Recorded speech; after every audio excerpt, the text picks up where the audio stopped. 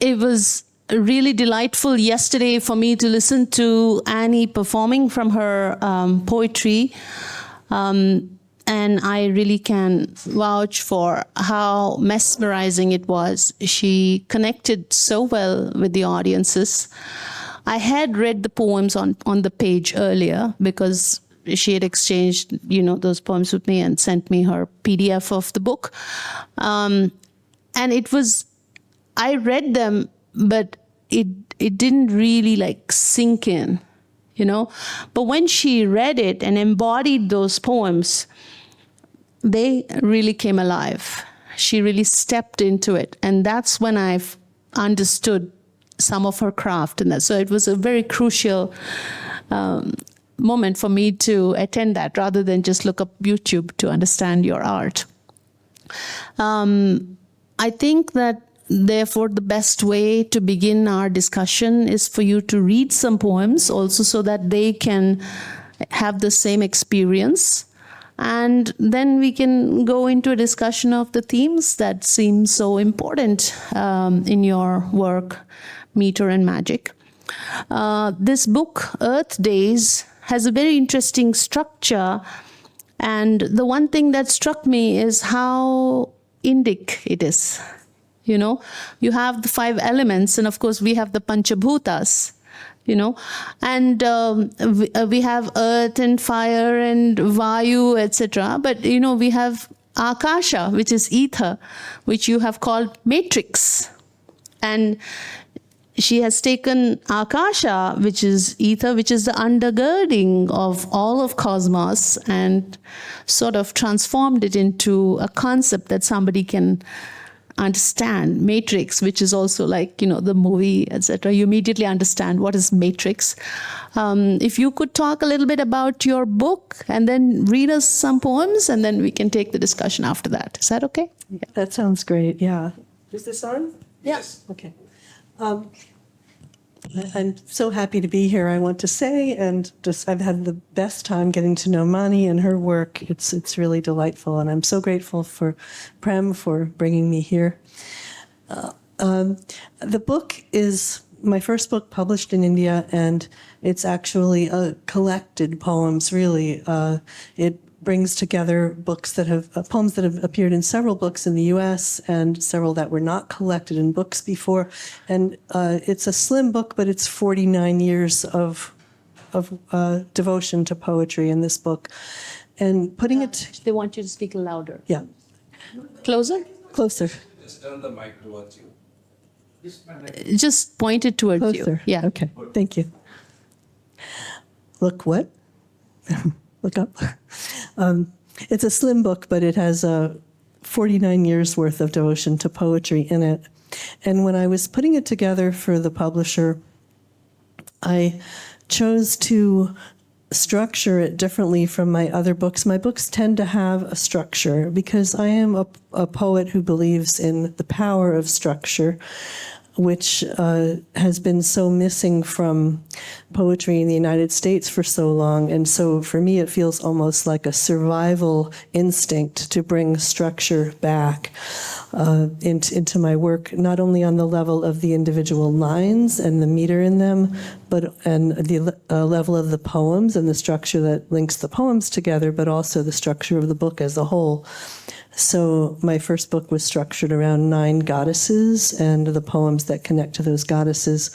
Another book was structured around the seasons of the year, what we call the wheel of the year, the equinoxes and the solstices. So this book, I organized it around the 5 elements, as Mani was saying, which are so important to my spiritual practice that I've developed pretty much on my own in the U.S., and then so delighted to discover how ancient and powerful it is, how rooted it is in India.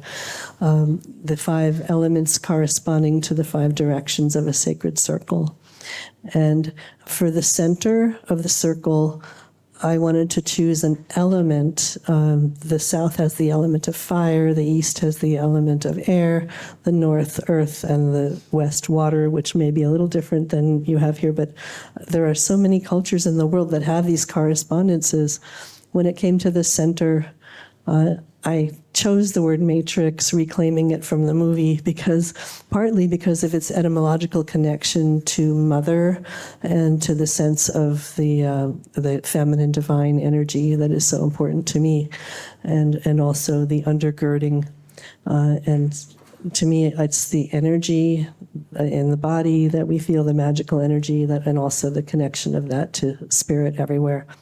So putting the poems together into these 5 elements gave me a different perspective on them, and has helped me to, well, it's an interesting stage in a poet's career, when you put everything together and then you're like, okay, now my next book is actually going to be just divided into 5 different sections that each has a different meter. So meter has become more and more important to me as I've gone on, and I guess you'll hear that when I read some of these poems.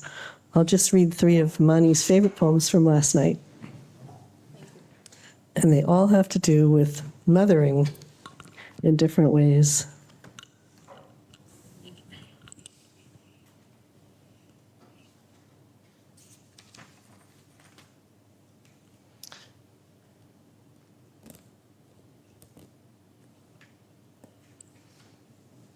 I guess the themes of the book as a whole involve the earth and mothering and the divine feminine. So it's kind of a moving outward, but keeping the focus on the energy of the divine feminine as manifested in our own lives, in the planet that is our mother, and in our spiritual connection with that energy.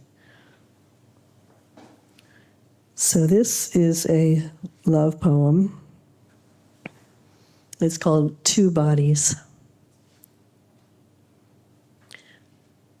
Two bodies balanced in mass and power move on a bed through the dark under the earliest human hour. The night rocks like an arc. They reach through the ceilings of the night, tall as animals. Through their valleys bends the light of their fertile hills. Two bodies breathe their close hellos through interlocking pores, while that hush of beating slows, held by many oars. Heart over heart, leg over leg, trading still breath, until heart over heart and seed into egg, night holds two bodies still. The last night when I was reading from the book, I did something I've never done before, and I'm going to do it again tonight, which is I put my money where my mouth is, as we say. My mouth for years now has been saying that poems need to be read aloud, which I think explains the experience that Mani had when she finally heard me reading them.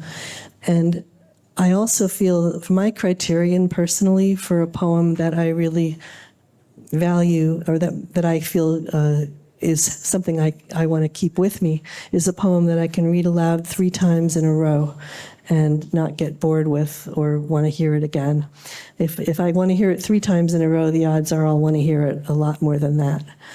So I did this last night. I read the poems 3 times, and I asked the audience, I had the option of reading them aloud 3 times. I asked the audience, after you hear it the first time, if you want to hear it again, just raise your hand or raise a finger. And, up till 3 times, I will read it again. So I'm going to do that with this one. So I'll read it again, and if you want to hear it yet again, please raise your hand and let me know that you want to hear it again. And there's a hashtag on my Twitter account, Speak It Thrice, and I am now manifesting that. 2 bodies, thank you for raising your hand. 2 bodies. 2 bodies balanced in mass and power move in a bed through the dark under the earliest human hour. Their night rocks like an arc. They reach through the ceilings of the night as tall as animals. Through their valleys bends the light of their fertile hills.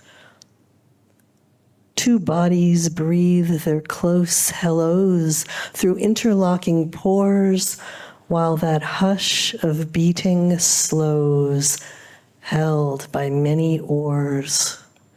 Heart over heart, leg over leg, trading still breath until heart over heart and seed into egg, night holds two bodies still.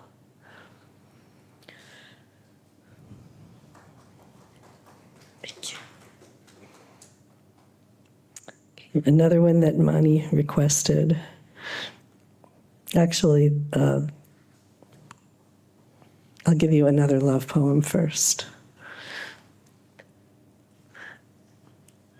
This was written when I was very young, like 20 years old, for a boy that I had such a crush on. It's called Sapphics for Patience, and Sapphics is a very beautiful meter. You'll hear the pattern, bum, bum, bum, ba-da-dum, bum, bum, bum, bum, bum. Look there, something rests on your hand and even lingers, though the wind all around is asking it to leave you. Passing the windy passage, you have been chosen.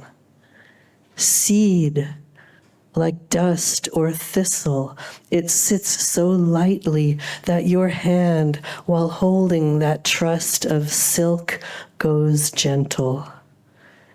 Seed, like hope has come, making stillness, wish in the quiet.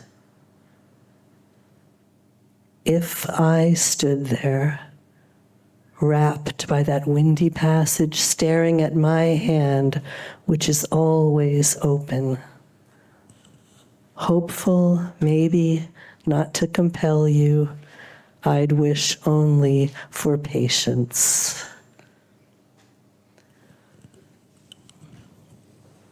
Okay. So this poem is called Home Birth, and it was written to my second child. And if you want to hear any of these poems again, just raise your hand, and I will read them thrice. This is called Home Birth for Vincent. Home is a birthplace since you came to me, pouring yourself down through me like a soul, calling the cosmos imperiously into me so it could reach to unroll out from the womb where the wild rushes start in a quick, steady heartbeat, not from my own heart. This is my body, which you made to break, which gave you to make you till you bear its mark, which held you till you found your body to take, open at home on my bed in the dark. Open at home on my bed in the dark.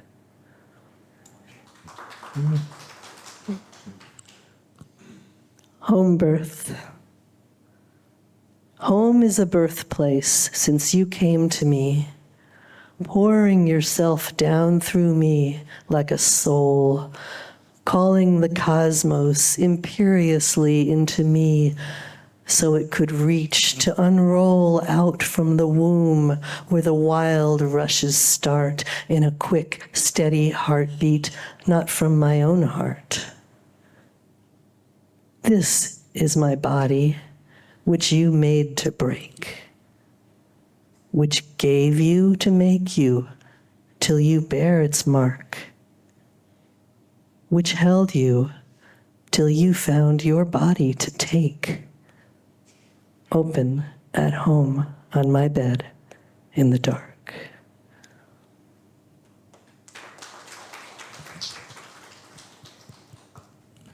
Again. Oh.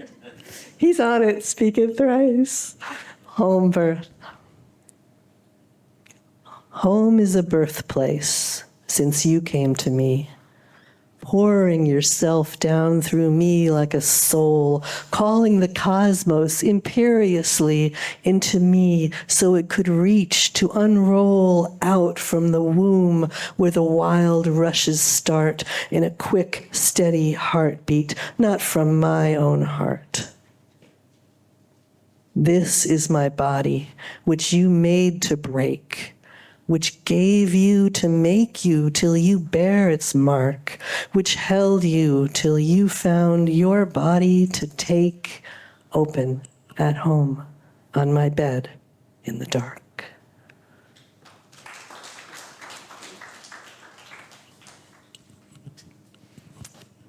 One more point, right?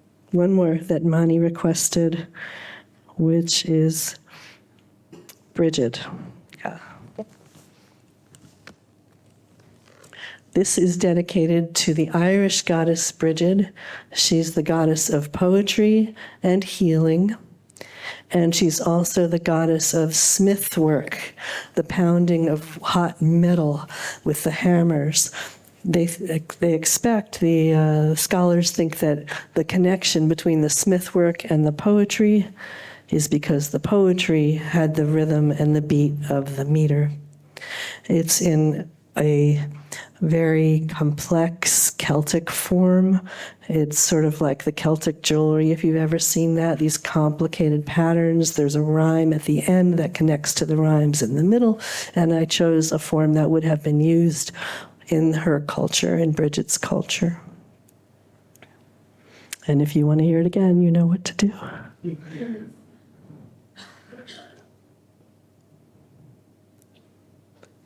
Bridget.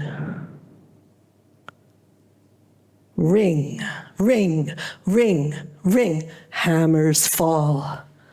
The gold will all be beaten over sudden flaming fire, moving from you, the pyre. Sweeten your cauldron until the sun runs with one flame through the day. And the healing water will sing, linger on tongues, burn away. Ring, ring, ring, ring, hammers fall. Your gold will all be beaten over sudden flaming fire, moving from you, the pyre. Sweeten your cauldron until the sun runs with one flame through the day, and the healing water will sing, linger on tongues, burn away. Ring, ring, ring, ring, hammers fall. Your gold will all be beaten over sudden flaming fire, moving from you, the pyre. Sweeten your cauldron until the sun runs with one flame through the day, and the healing water will sing, linger on tongues, burn away.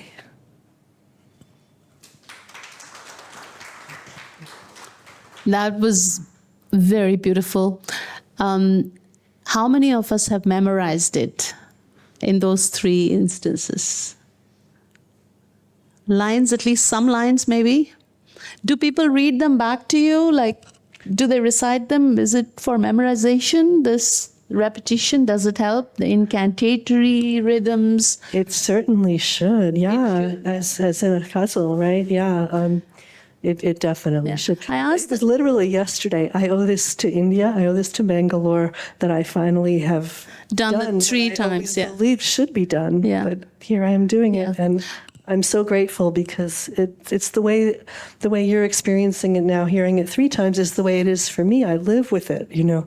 So Yeah. it's a. I asked that because of the very fundamental point about meter, that when we have learned poems that we know by memory, into the valley, volleyed and thundered, we remember all these phrases because they are what we have in memory. Yeah. Whereas contemporary poetry is not in our memory. We may go back to it, to the books, but I think that missing element, which is the metrical element, it may have rhythm, but not the meter. And you seem to really embrace the idea of meter, and as you said, meter and magic.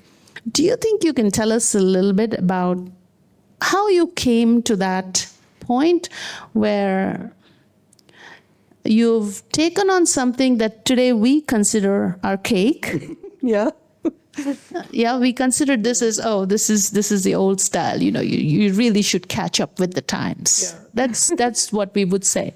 Yeah, right? It's true. Try free verse, And usually when somebody wants meter, they're trying to do end rhymes, and they're not really embracing the entire concept. Yeah. It's very hard for people to get back to that. How did you discover that and imbibe it, make it a part of your craft? And I remember, maybe it was something you said yesterday. Didn't you say that you spent like decades fine-tuning like a handful of poems? Yes, I do. Yeah. Could you tell us how you came to this concept and made that yours? And this obsession with it, yeah. It evolved over Did you always write like that? When I was very young, I did. My parents both loved poetry, and they were more in the old-fashioned tradition. So I was raised hearing poetry in the house. My parents actually met at a lecture by W.H. Auden about Shakespeare. So there was a lot of awareness of poetry when I was growing up. But when I was 12 years old, my English teacher said, real poets write free verse. And I stopped writing in meter, and I wrote free verse for about 15 years because, as you say, I wanted to be up to date. And then I missed it so desperately. And I knew I was in trouble when I felt myself getting very jealous of Alexander Pope.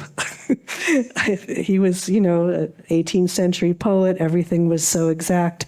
And I just thought to myself, I know I could do that. I know I could do that, and I don't have the chance to try. And I was so jealous because I knew I'd be able to rock it. So at that point, I realized that I was going to have to take an unpopular path. Yesterday, wasn't it? You said you made a Thomas Hardy reference, and I'm like, Thomas Hardy? Thomas Hardy was a wonderful poet, and he used a lot of meter. He never repeated a form twice. Yeah, no, that's amazing. I'm saying that you're drawing from all of this that seems to have been sidelined by many of so many. How do you feel with the environment around you, and it was a spiritual need for me. Okay. That's what it really came down to. Okay. And I think on some instinctive level, people understand that. Yeah. Even in the U.S., people sometimes very conservative people like meters. They want to go back to, this 18th century or something and be imperialist again. And so they were like, I don't get it. What's with Annie? She loves meter, but she's progressive. She's a feminist. She's a leftist. And then people would say, oh, she's a witch. Oh, okay, now I get it. Because for me, it's such a physical, a big part of the spirituality that I practice is that the physicality of spirituality and the spirituality of the physical. And so meter is physical. It's, something you have in your body, and it doesn't depend on the page. It has a connection to nature. It has a connection to the breath and the heartbeat. And so for me, this is a very spiritual practice. So it was my own survival, really, I think, that finally led me to be so obsessed with it that I have spent my latest book. It was finished. People told me it was finished, it was fine. And then I had this terrible thought, if I really believe in what I'm doing, which is writing many different meters, not only iambic pentameter, not only iambic, but many meters, then I need to revise this book, and I need to to cast these poems into 5 different meters. And I did that, and it took me another 9 years of work on the book, which was already finished. So, why would anybody do that? It's you only do it if your survival is at stake. And it literally has been the way that I've been able to save myself spiritually, emotionally, just to really connect with all the different aspects of myself and channel the meter through them. It's saved my life. Could you give us maybe just one example from one of the poems that you have read about how did you determine what meter a poem should be in and what is the meter? Can you just give us the blueprint? So we have a better appreciation of it. Yeah. The 3 poems that I read about childbirth and love, each was in a different meter. So the first one I read, Two Bodies balanced in mass and power, bum bum bum bum bum bum bum bum, move in a bed through the dark, bum bum bum bum bum bum. There's a few variations, but it's basically soft, loud, soft, loud, soft, loud. So that came to me, that one I actually wrote in bed with my husband. I mean, it's like poems come to me in meters now because I know them so well. But it's a ballad stanza, ballad form. So I think it evokes a kind of archaic sense of being human. The one to my daughter, the one about home birth. Home is a birthplace since you came to me. That's a very different rhythm. Bum, bum, bum, bum, bum, bum, bum, bum. It's a rolling rhythm. It's the dactylic rhythm. To me, this is the rhythm of the heart. And I knew that. So for that one, I actually consciously chose to write it in the rhythm of the heart. That for me has a very powerful emotional resonance. And then the other one, Bridget is in the Celtic meter, so that's a different thing. That's even more complex. That was for a cultural reason. So there could be different reasons. And then there was another that was in trochees, but I can't remember which one. Oh, I didn't read that one. It was about breastfeeding, but I didn't read it.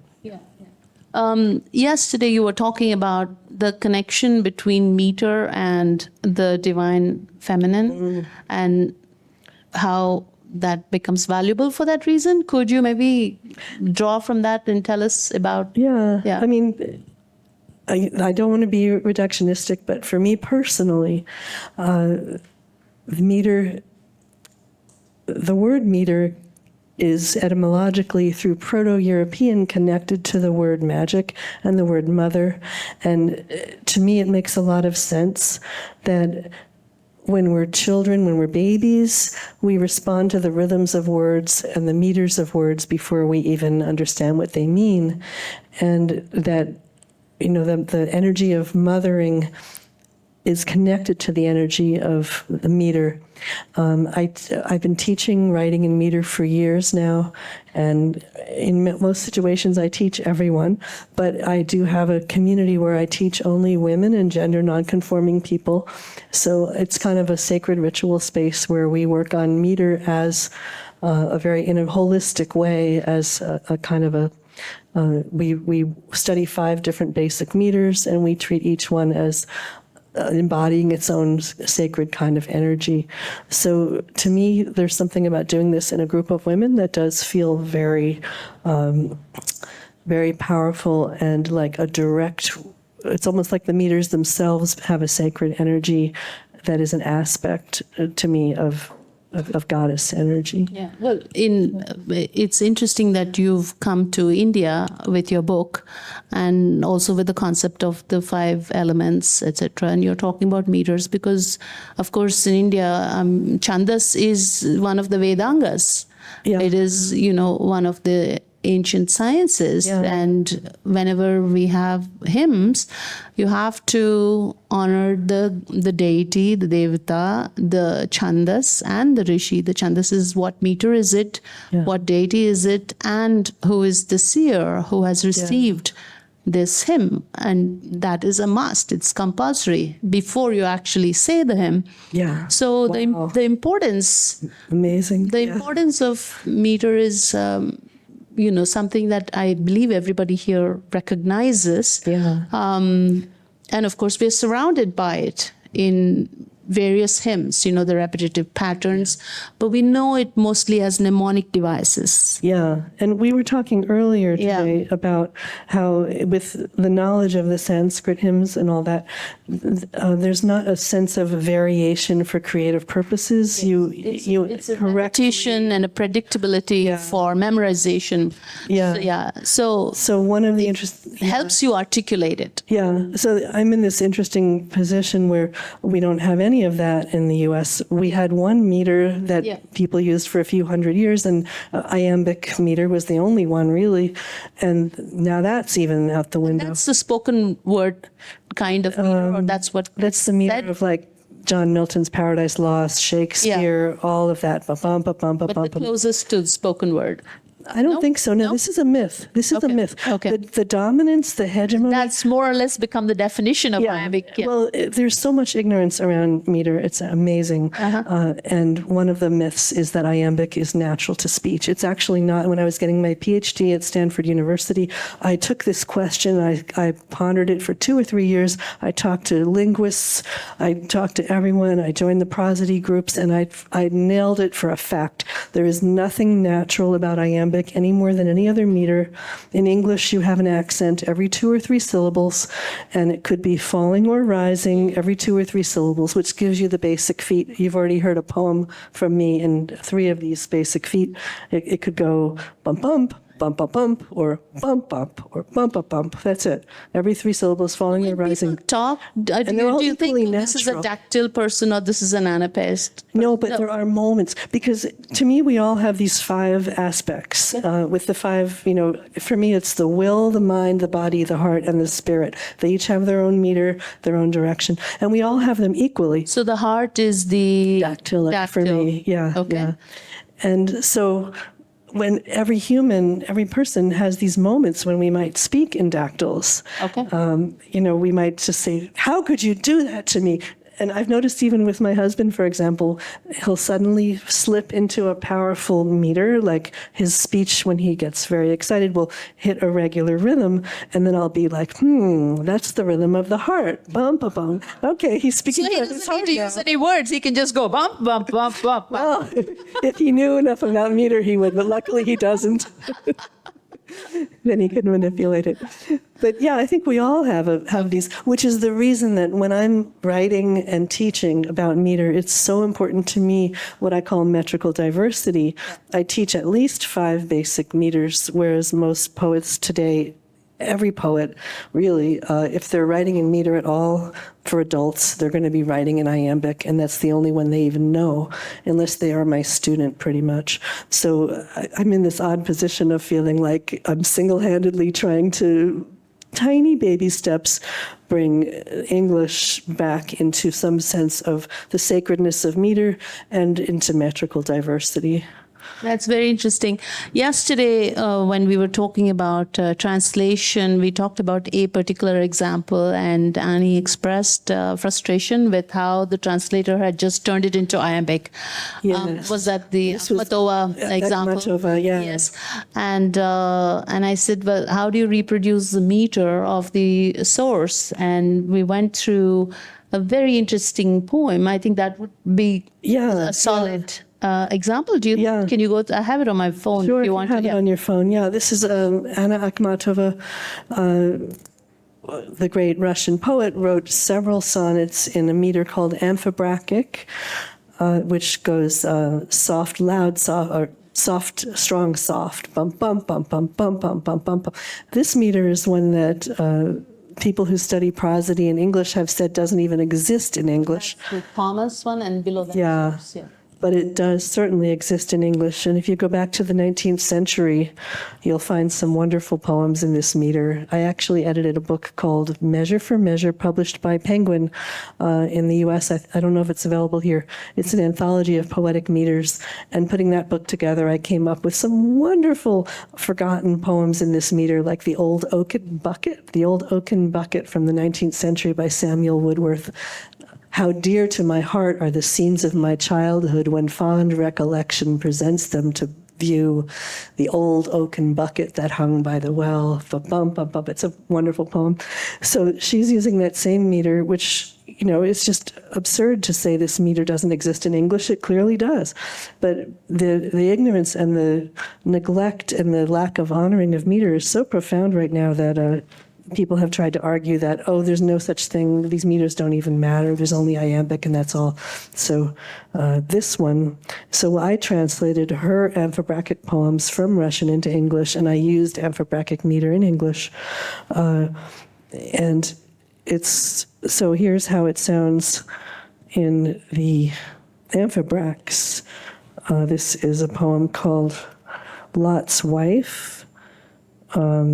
I won't read the whole thing. Do you think I should? I don't think I should read the whole thing. Do you, Mani? Okay.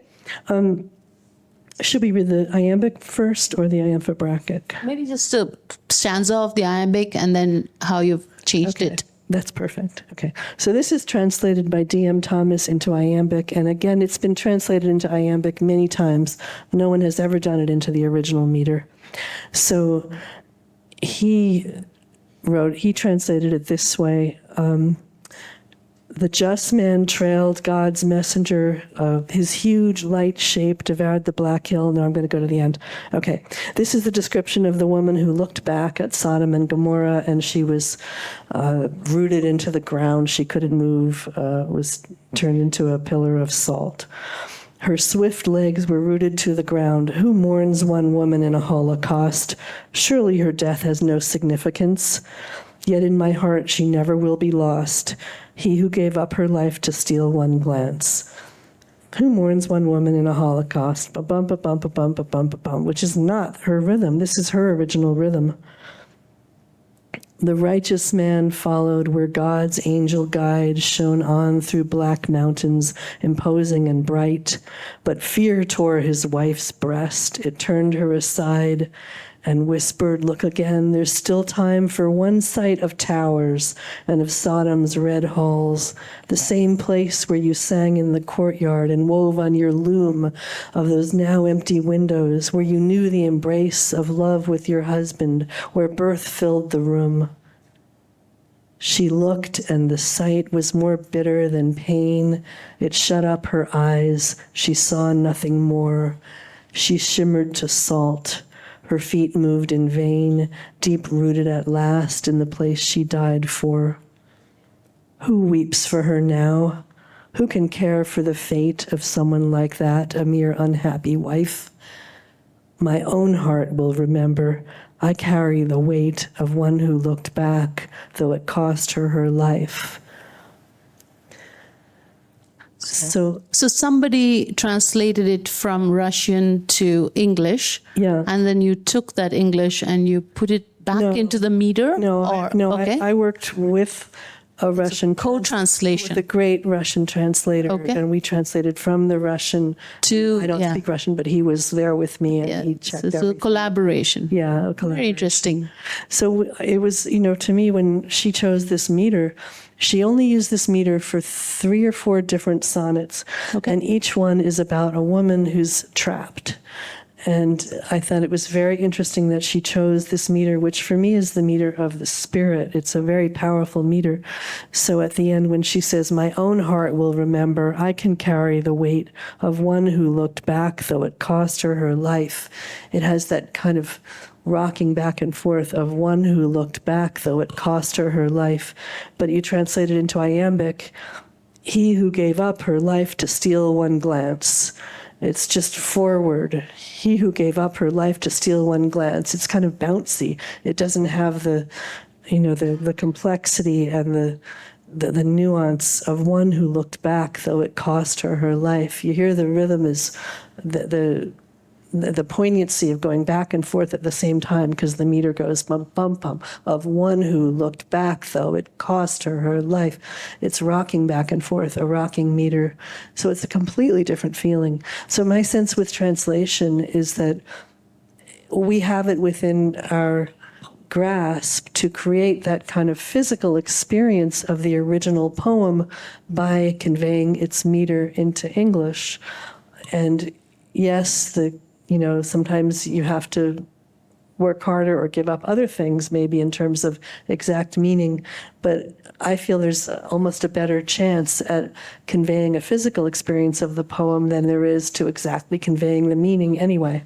So I try to choose translation projects where the meters have not been translated into English before, exactly, and try to fill that gap because I just love doing it, for one thing. Okay. But anyway, yeah, we've had some very interesting conversations about translation. Yeah. Because you're such a great translator. I don't know about that, but you just said that fidelity was like secondary, so. Well, fidelity meaning to the meaning. To the meaning, yes. Yeah. You can't ever get there, but in a way you can get to the physical, right? But we were talking about how different our situations are. Absolutely, yeah. And yeah, I think because you were saying one of the interesting things we shouldn't get too technical, but this is one of the really interesting things I thought was that in the meter in English, there's a sense of being able to vary the meter for expressive purposes, which was developed like in the Renaissance. So for example, in the poems that I read, home is a birthplace since you came to me. Birthplace since has some variation in it. Maybe it has a long syllable where we'd expect a short, or a strong one where we'd expect a soft. And that's okay in English since the Renaissance, since this work was done to separate the metrical pattern from the incarnation of the metrical pattern, so that the interplay between the pattern itself and the expression of the pattern becomes an area for creativity. But this seems as if this is not really the case with the traditional meters in Sanskrit. My experience in translation has been primarily from Sanskrit, and you're right, the patterns there are a single pattern that repeats. So it's not like there's a variation. The variation comes in through the combinations of the ganas, which is the 3 feet. It's a trimeter usually. So you have a combination of different feet, and that creates the variation, and across that runs the melody or the swara. Yeah. So you read. You try to do the scansion for a hymn so that you can understand how to pronounce it. So recently, for example, a friend of mine who's trying to learn the Shiva Mahimna Stotram didn't know how to sing it. She has the text in front of her, but she doesn't know how to actually articulate it, and she's struggling with where to give the heavy emphasis, or where to the light, where's the yati, where's the pause. So I scanned it for her, and then we got on a Google chat, and then I sang it for her following the scansion. Mm-hmm, mm-hmm. So now she can use that as a melodic device to then memorize it. Exactly. So this is it works as a way to interact with the form. But in the translation, each text has been different for me. For example, I will find, let's say Kalidasa, there's a stanza which is actually a dialogue, and the dialogue has a question and an interrogation and a breath. I'll find that previous translations will make the whole thing just sonorous, just sonority, because that is the understanding of, well, this is a classical text, so therefore it should be sonorous. So now let me write it so it sounds like something from a Victorian era. But then you lose the expressiveness, which is actually there in the Sanskrit. Yeah. When you read it, because you're understanding it. When you understand it, you understand the expressiveness, right? So therefore, instead, I'm working with the breath there. Whereas in the Saundarya Lahari, for example, that's a completely different challenge. There, it's not about the meter, but it's about the syllable. It's about, because it's a mantra. It's not just a poem. It's a mantra. And so each stanza is also associated with a yantra, with a geometric device, which is the embodiment of a different aspect of the deity, and then there is a syllable in it. So this is a completely different approach. So what I was doing there was imbibing the syllable and seeing how to bring that in. Yeah. So, for example, in the very first one, it is like Shiva Shaktya Yukto Yadi Bhavati Shakta Prabhavitum. It's like only when with her can he stir. So the sh and the sa come out a lot more. Rhyme. So there the focus is on the syllable. It's not really about meter. You know, so the technique is different depending on, I guess, an approach to it. Yeah. And you expressed it well before when you said that it was an experimental solution, drawing from in a generative manner, Yeah. from an influence. This is my sense of how you're using the Yeah. meter. So there's a classical source. Yeah. And I'm drawing from that. Yeah. And of course, I'm also aware of and informed by everything in English language poetry. Yeah. But at the same time, I'm also influenced by everything in my own culture. You have a background of 600 meters that are well understood and variations, revered, yeah. so it would make no sense, whereas I have a background of basically yes. nothing So with except for 1 meter, which is approach, yeah. deteriorating. So I'm starting from nothing and building up, but you're starting from something that's almost maybe too It's like- confining, and you're finding new ways to breathe into it. Yeah. And like like just before, when we were disagreeing about Kali Ma, whether it was strong, strong, strong, or strong, light, strong.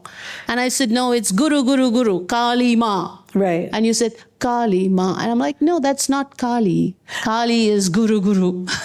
It's just like that. It's a different Well, in that into case, it. yeah. Because there you were reading it like English.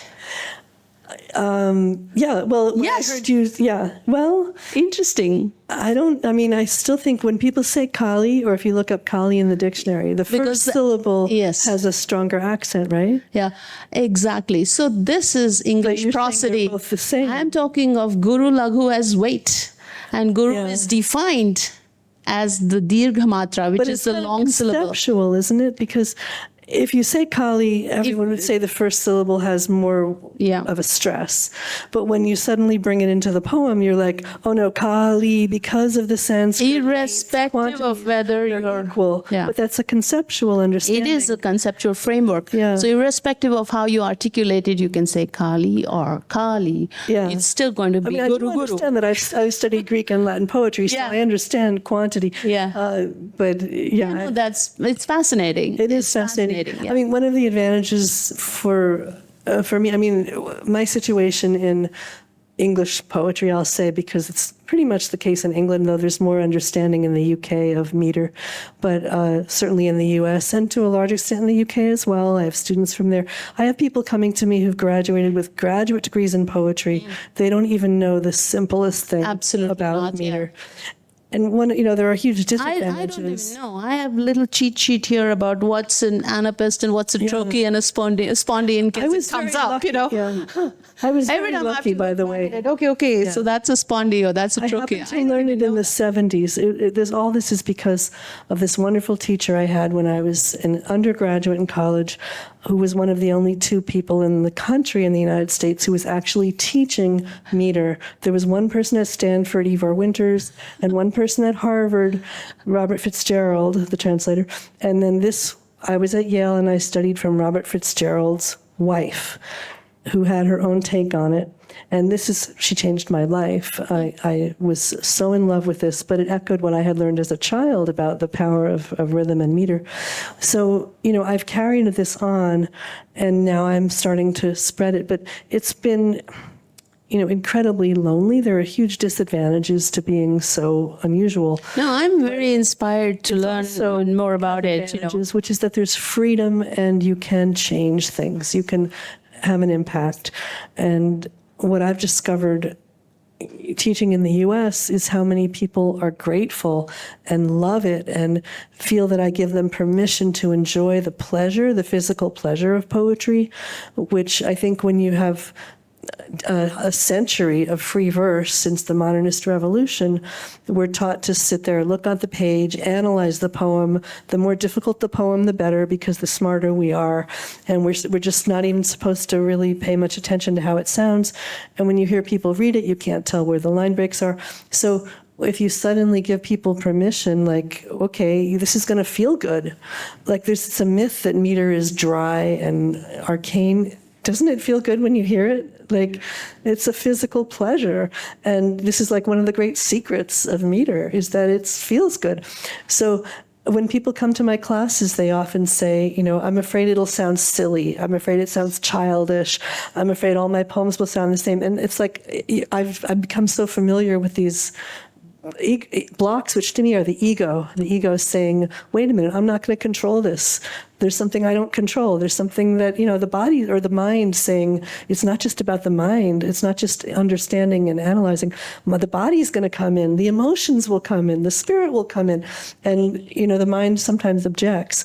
So I feel that from my perspective in the U.S. anyway, there's a lot of baggage that supports free verse that is not particularly healthy in a culture that has no meter to speak of, unlike where you are here. But I also have been very excited to be here for a few weeks now, lecturing at various universities and reading and discovering how many people also seem to enjoy thinking about meter. And I will be teaching a workshop in November. There's supposed to be flyers out there teaching, how to work in meter and how to give yourself permission to bring the power of it into your poetry. So, I think must be some bit of a hunger here as well. Absolutely. But I really hope that people aren't going to just do A, B, B, A, D, E, A, E, just the end rhyme. So we just every time. It's not about rhyme. Exactly. But what you're saying is all iambic, though, isn't it? When you say yes, A, B, you're thinking about iambic. They're supposed to be iambic, ending with, the rhyme scheme. Shakespeare, it's all and they've iambic. completely forgotten about the... People are not aware to what extent iambic meter dominates everything. If poetry and meter, people are going to be iambic, iambic, iambic, iambic. I'd say 9 times out of 10, someone shows me a free verse poem. The thing is in iambic meter. They don't even know it because it's so dominant. And this is the biggest wall, because when people think about meter, they think about iambic. I read to you one iambic poem, one trochaic poem, and one dactylic poem, and one poem in a Celtic meter. You heard all the differences, right? It's completely a different animal. It's as if everything was one color. If everything was blue, and then you go to an art gallery and every single piece of art is blue, you might start thinking, well, art is a little boring. Do I really want to do this? But then, imagine. But that's exactly what we do with poetry. It's like iambic. Everything is iambic. It's ludicrous. So, it's such a barrier, and it's an invisible barrier, which is the worst kind. We take it for granted. We don't even realize. Anapestic and trochaic meters are usually in children's books. I don't know if anyone in India reads Dr. Seuss. But, the cat in the hat, it was too wet to play. They've been turned into juvenile. It's turned into juvenile. And even in the 19th and 18th century, the men would go to university and they would learn to read and write iambic poetry. And the women would stay home and they would be performing poetry maybe for their children or carrying on the oral tradition in trochees and anapes and dactyls and these other rhythms. They weren't even written down. So there's a gendered aspect to it. Yeah. And to me, iambic in my little system where I have the will, the mind, the body, the heart, and the spirit, iambic is the meter of the mind. And when you think about it... iambic, anybody. There's still a place for it, but I think it should be 20% of what we're doing in meter, not 100%. Yeah. On that note, shall we open for questions? I can see it. Sure. Signaling from there. I'm supposed to do another poem or two as well, but I don't know if we have time. That would be great. Yeah. Another poem? Okay. The constellation was really beautiful, if you want to do that. I can do that one. And then do people have any... If you have a request of a type of poem you'd like to hear on a certain type of topic. Or maybe they just tell you the meter. Or a meter that you'd like to hear. Or a certain topic. You want to hear the constellation, which I'm happy to do. Yesterday, it was almost like a jukebox. I mean, the audience was saying, "Can I have a poem on friendship?" And then she would come up with a response. And somebody else like, "Oh, you have anything on mother's forgiveness?" I'm like, so specific. 49 years. And she came up with an answer. Well, being human is not all that complicated, is it? Okay. This is one about breastfeeding, nursing, and then if you have other requests, please let me know, and I'll see if this magic book can come up with something for you. Being a constellation. This is addressed to my first child. Being a constellation. Oh, and one more thing. When you hear the word mother, that's a capital M. Being a constellation. Heavy with my milk, you move your compact body, though I hold you dense under a constellation whose sparse lights ache over you. If looking up you recognize the shadowing of curves that cast down towards my belly, or the way my nipples travel like two stars twinned by your eyesight. If my arms take night and keep it from the sky, if my night voice can stop your cry, I'll be the mother over you. You are a question, small and dense, and I am an answer, long, diffuse, and dark, but I want to be sky for you. So like the stars, I lie, holding my far lights wide and flat in pictures for your eyes to take, spaced easily so you can catch the patterns in your sleepy net. Wonderful. Any requests? The jukebox is on. Or questions otherwise. Or questions. We haven't done a lot of the nature ones, but that might be. Yes? Oil spill. Okay. The what? Oil spill. Oh, yeah. Okay. No, no, no. I remember it. Yeah. Okay.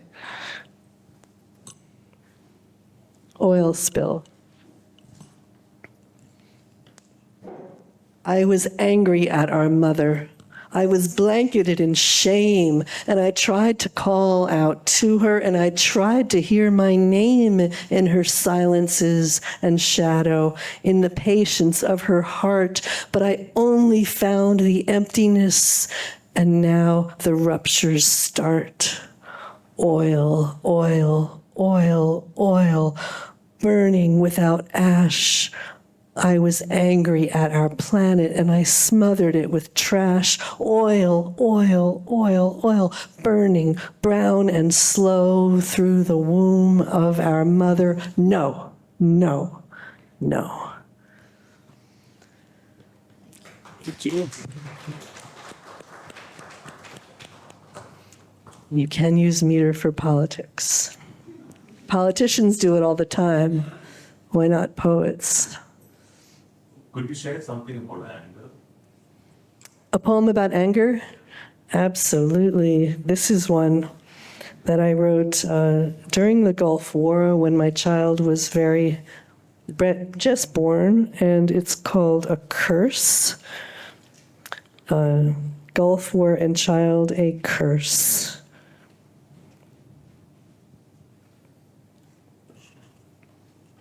He is sleeping, his fingers curled, his belly pooled open, his legs gathered, still in their bent blossom victory.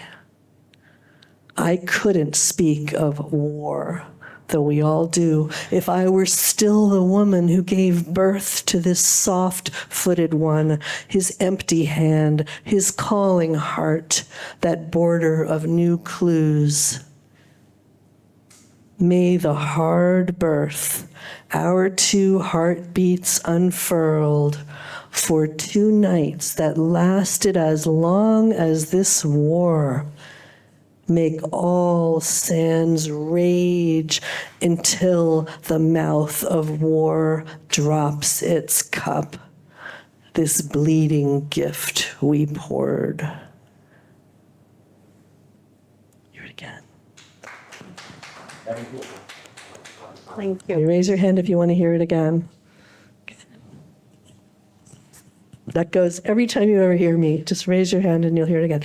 Gulf War and child, a curse. This was the first Gulf War, and they drew that line in the sand. He is sleeping, his fingers curled, his belly pooled open, his legs gathered, still in their bent blossom victory. I couldn't speak of war, though we all do, if I were still the woman who gave birth to this soft-footed one, his empty hand, his calling heart, that border of new clues.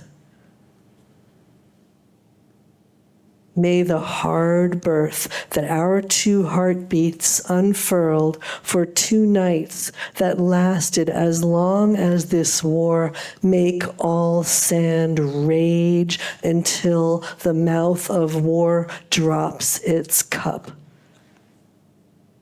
This bleeding gift we poured.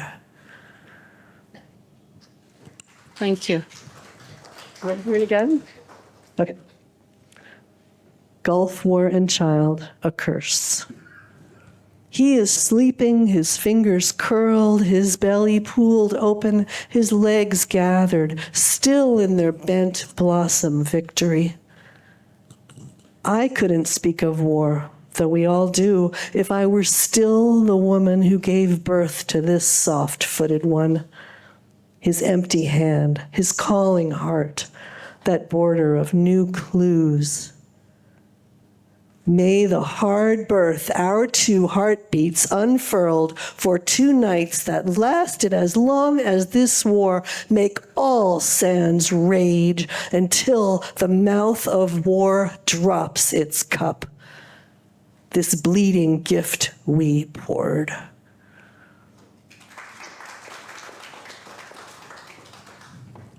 Any other questions? Otherwise, we shall close with the thank you. Okay, one more. Yeah. Yeah, I have a question. So you spoke about experimenting with meters.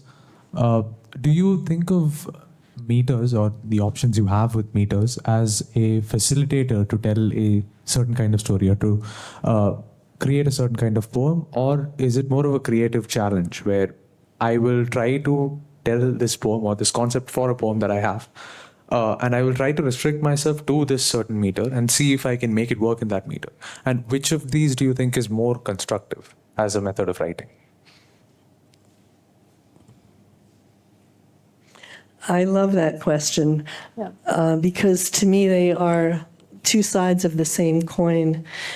I feel that poetry, to achieve its power, needs a kind of resistance that regular language doesn't have. And in the absence of meter, that resistance can become difficulty. That's one reason free verse is often so difficult. I think people are trying to find resistance in the meaning because there's no resistance in the form. So the challenge of meter can actually make it easier to be clear in your poetry.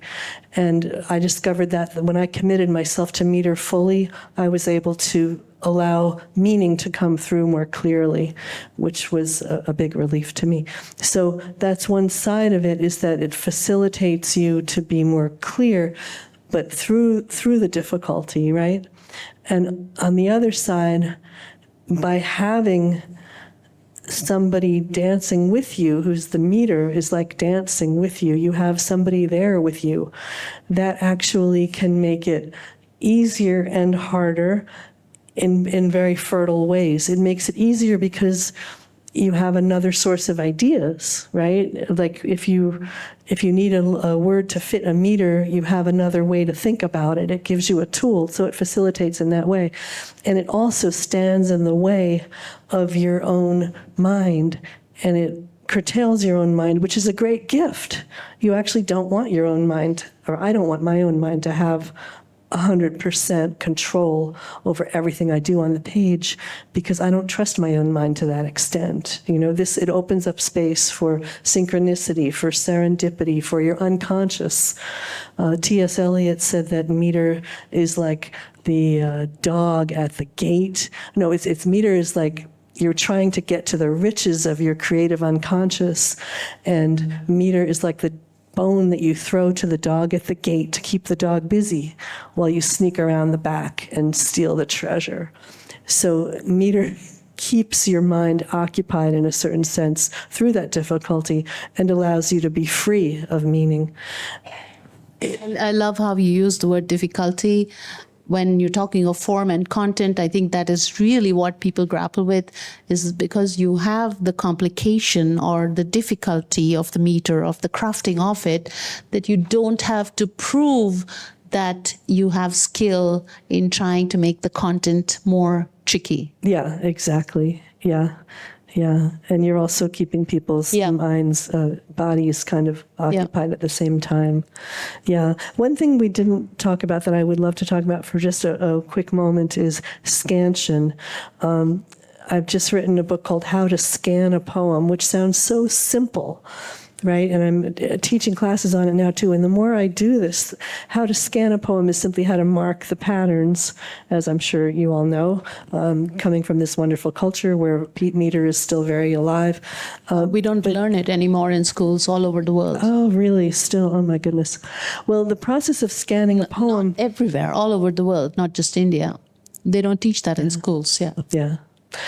So in the process of scanning a poem, what I've discovered is, I call it deep scansion. There's a whole new level of scansion where once you start to scan the poem and you also scan the variations in the meter, then you can look at the meaning of the poem at that point and the reflection of it's like a conversation between the meaning of the lines and the meter of the lines. And when the meter has a variation, it allows you to question the meaning at that point and then back and forth. So you can get into a very deep space, which is actually kind of the space where meaning and form, it's mind-blowing. And it is, for me, a very spiritual experience. It takes you beyond meaning. I was talking to Prem about this, I think, the other day a little bit. Yeah, it's an amazing experience. So that's another way in which it facilitates, I think, a deeper experience of poetry.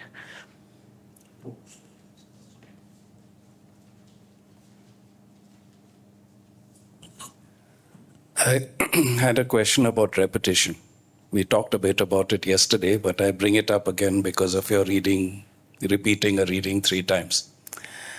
And I'd like to tie it to something A.K. Ramanujan wrote in an essay on the Ramayana. And he talks about how people like to say there's so many versions of the Ramayana. But he says he prefers to use the word tellings rather than version, because version implies that there's an authentic original, whereas telling puts the emphasis on repetition. And later in the essay, he says the significance of the myth is not in the authenticity of some original, but the extent to which you are transformed by each telling. So, given that, I was wondering whether you see, one is if you could speak about this idea of repetition and transformation, and whether you see a connection between repetition, transformation, and meter. Oh, that's so beautiful. Absolutely. Yeah. In this process of deep scansion, one thing I've become aware of is that every great poem in meter will reveal incredible secrets in the process of scansion. So I do it now without even looking at the poem first. I'll teach a class or I'll lecture on this poem for an hour in the scansion, and I trust that the poem will reveal secrets. So there's this amazing, it's who knows if the poet was aware metrically, or it's just that, knowing the tool so well of the meter, the poet was just, playing it like an amazing instrument.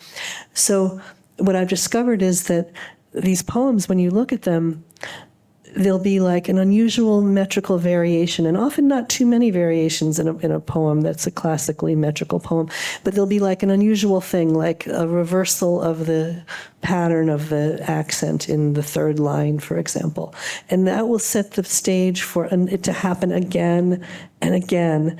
And when you look at the meaning, I did this recently in a poem by Elizabeth Barrett Browning, for example. I'd never looked at it before, but there she's doing this thing with a reversal, a trochee instead of an I am in this place. Then several lines later, I think it was about God.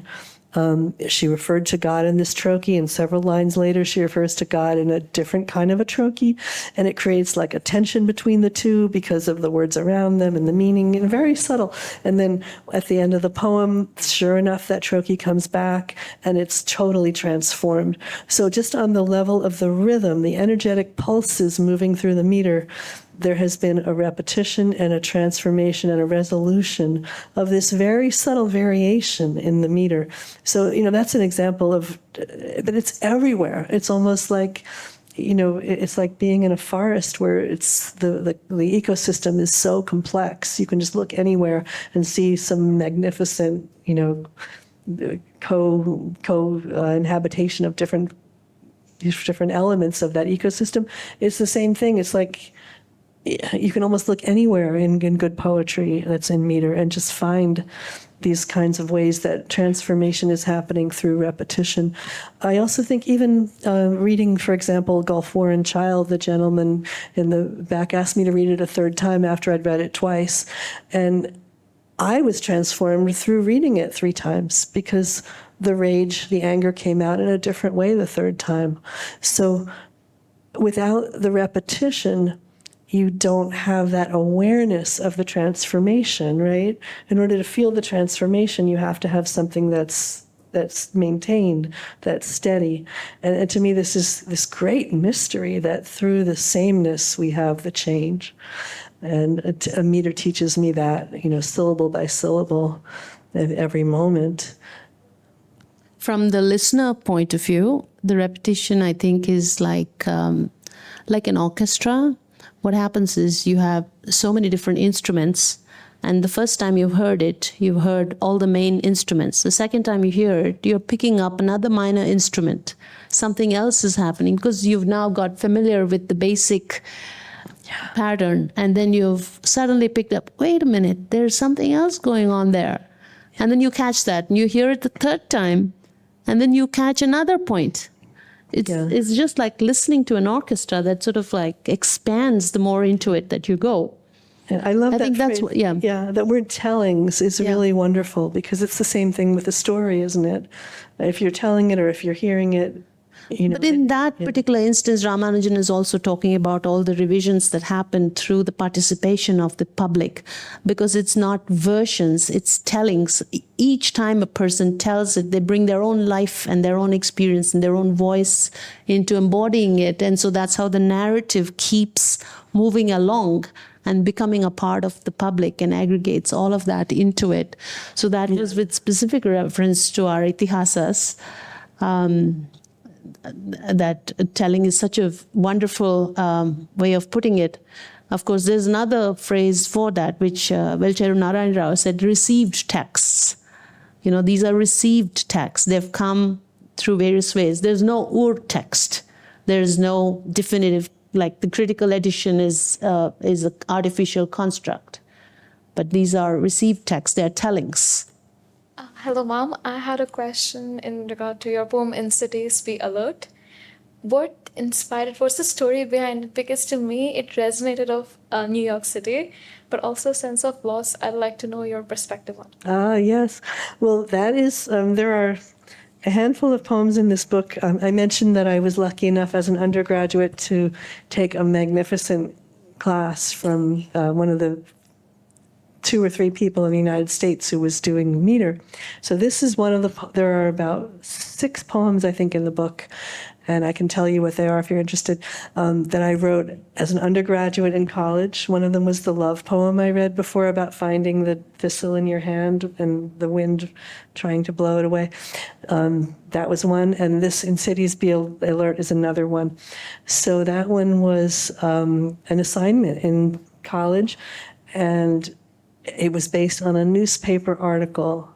There's a sentence near the end, the sudden movement of pedestrians. That line, the sudden movement of pedestrians, I took, and the assignment was to write iambic pentameter. So you've just heard me talking about iambic pentameter and the weight of iambic pentameter on poets who have literally no other meter is so intense. So looking back now, I think it's very interesting that I chose this theme of walking alone in a dark city at night and being afraid of the people coming up behind you. And a pedestrian means feet. So I think, for me, I ended up doing my PhD with a book called The Ghost of Meter, which is about the semiotics of meter, the meanings of meter, and how when a poet uses a certain meter, it could be not so much about the meaning of the words, but maybe more about what that meter means to that poet. So in this case, the sudden movement of pedestrians, we talk about meter as feet, right? It's almost like I was afraid of iambic meter coming up behind me. Now that I think about it, it's like a poem about encountering iambics as much as it is a poem about a city. But it was also about being, a 17-year-old girl in the 1970s in the northeastern U.S. when, I was always constantly, anytime I walked anywhere, I was afraid I would be attacked. And that sense of being, prey, which I'm sure you may understand as well. I'd love to hear a funny poem if you have any. I have one. I have one. Okay.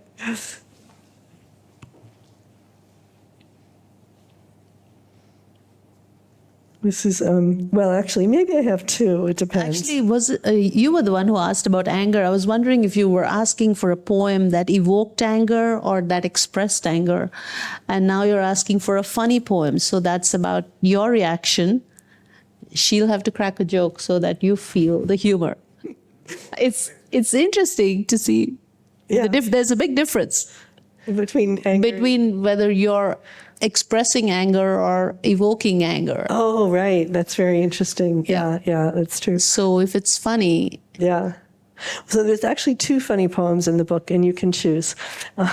like they say, if you say, I'm being funny, nobody's going to laugh. But if you Right. crack a joke, they'll laugh. That is true. So maybe people won't laugh. Maybe they're wittier than they are funny. I don't know. You'll have to tell me. So one of them is a reply. What? No, I just wanted to hear what you think is funny. It's not about me. Oh, okay.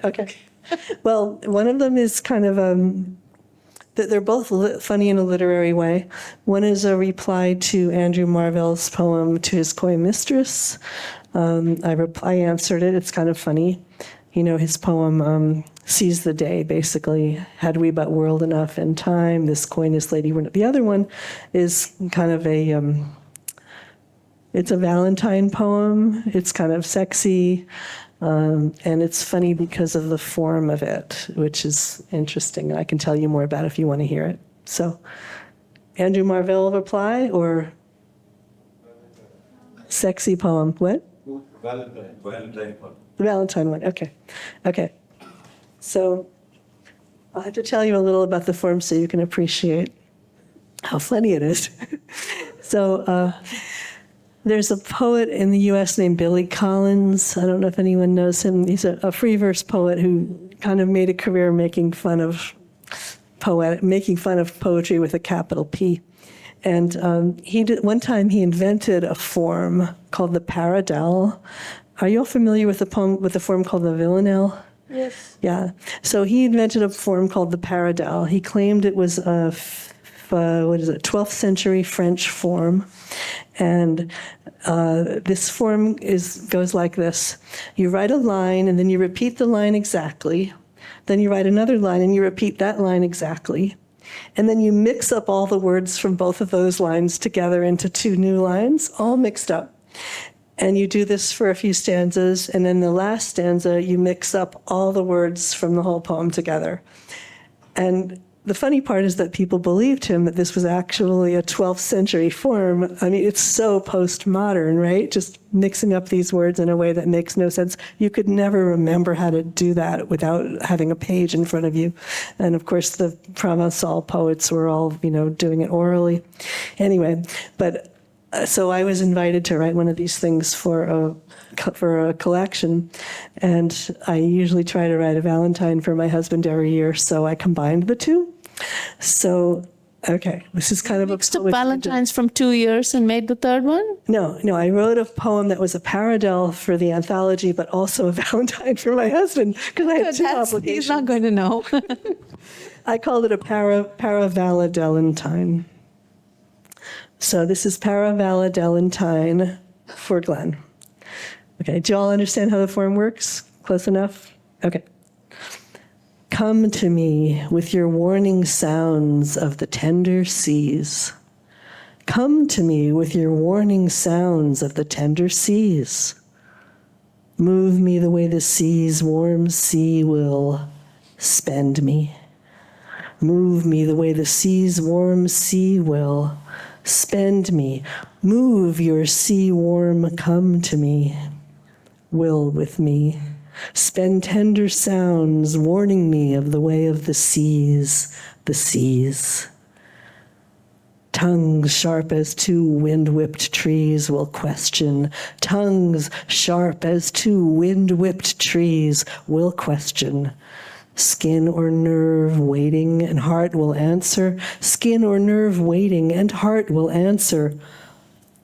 Question will answer two tongues and or will. Heart sharp as nerve trees waiting. Skin whipped wind. Brim your simple hand over where the skin is. Brim your simple hand over where the skin is. Wish again whenever hair and breath come closer. Wish again whenever hair and breath come closer, closer. Again, whenever. Brim where your skin is. Hair, wish, and breath over the simple hand. Come. Here's the last stanza. Okay, you ready? Spend come warning me whenever simple sounds will move your question, answer your heart-sharp, tender, sea-warm will with me. Way of the seas, where skin-whipped nerve trees wind over waiting tongues, brim closer to me. Again the skin, as wish, and two of the breath, hand and hair, or come is. So that's the Billy Collins meter? I made you laugh. What? The Billy Collins meter? A Billy Collins form invented. Yeah. Thank you. Thank you so much. Yeah, should we close with that? Thank you.